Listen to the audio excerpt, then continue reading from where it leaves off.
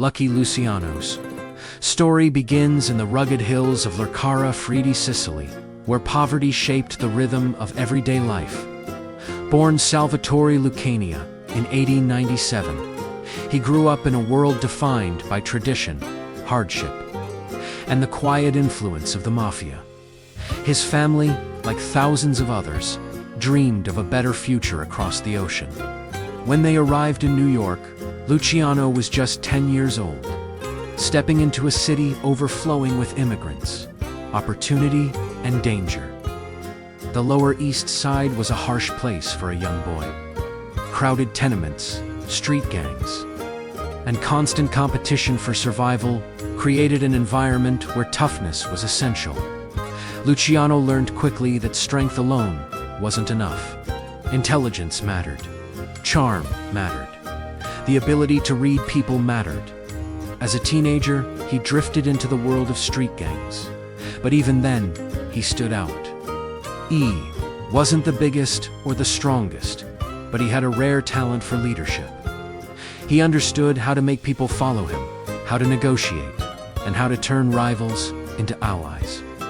By his early 20s, he was already known in the underworld for his ability to move between groups that normally hated each other. Everything changed with Prohibition. When the United States outlawed alcohol in 1920, it created the most profitable illegal market the country had ever seen. Luciano recognized immediately that this was his chance. He partnered with Meyer Lansky, a brilliant strategist whose calm, analytical mind balanced Luciano's boldness. Their partnership became one of the most influential alliances in criminal history. Lansky brought financial discipline and long-term planning. Luciano brought connections, muscle, and the ability to unify people who normally refuse to work together. Together, they built a bootlegging empire that stretched across New York. Luciano also formed a close alliance with Benjamin "Bugsy" Siegel, whose fearlessness made him invaluable in enforcing territory and protecting shipments. Luciano's crew became known for efficiency, reliability, and a willingness to innovate. They didn't cling to old traditions. They embraced modern business methods, using trucks, warehouses, and distribution networks that mirrored legitimate companies. But the Mafia itself was still fractured. The most powerful of them were Joe Masseria and Salvatore Maranzano, whose rivalry ignited the Castamorese War, a bloody conflict that threatened to tear the underworld apart. Luciano saw the war not as chaos, but as opportunity. He quietly positioned himself between the factions, waiting for the perfect moment to reshape the future. Luciano understood that the old system was broken.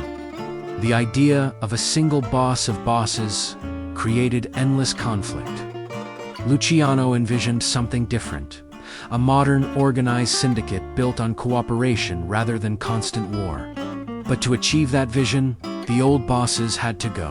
In 1931, Luciano made his move. Joe Masseria was assassinated in a Coney Island restaurant, ending his reign. Months later, Salvatore Maranzano met the same fate in his office.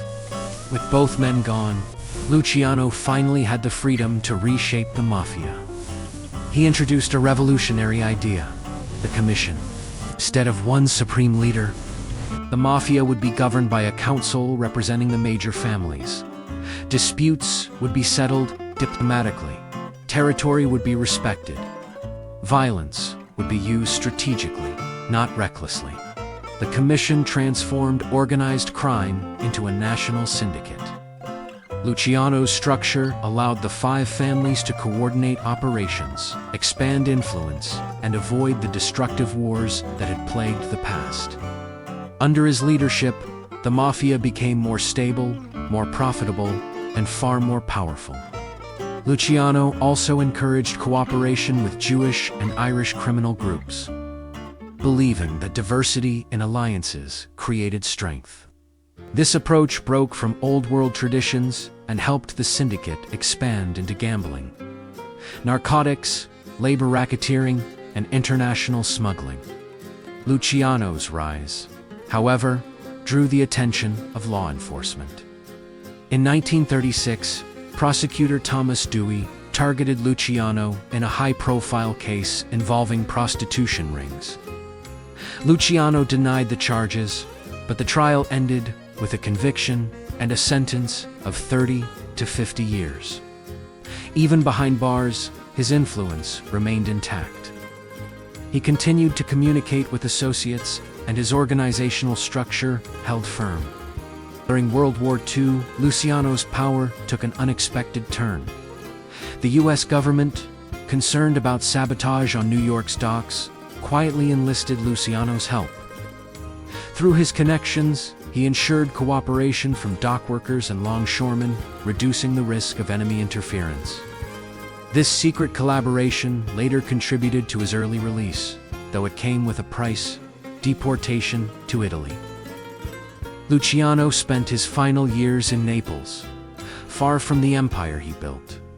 Yet his influence endured. The Commission continued to govern the Mafia for decades, shaping the structure of organized crime across the United States. Luciano's vision, a syndicate built on order, cooperation, and strategy, became the blueprint for the modern underworld. Even as law enforcement intensified its efforts in the 1950s and 60s, the organizational model he created proved remarkably resilient. In Italy, Luciano lived quietly but remained connected to the criminal world. He oversaw narcotics operations and maintained relationships with American mobsters who visited him for guidance. Despite his exile, he was still regarded as a founding father of the modern Mafia. His reputation carried weight, and his name symbolized both innovation and ruthlessness. Luciano died in 1962 at the Naples airport, collapsing moments after greeting an American film producer who planned to make a movie about his life. It was a fitting end for a man whose story had become larger than life. His legacy was complex. He was a criminal who built an empire through violence, corruption, and manipulation. But he was also a strategist who understood that structure could prevent chaos, that diplomacy could prevent bloodshed, and that cooperation could create stability. Lucky Luciano didn't just rise to power. He rewrote the rules. He transformed a fragmented collection of gangs into a national syndicate that operated with the efficiency of a corporation.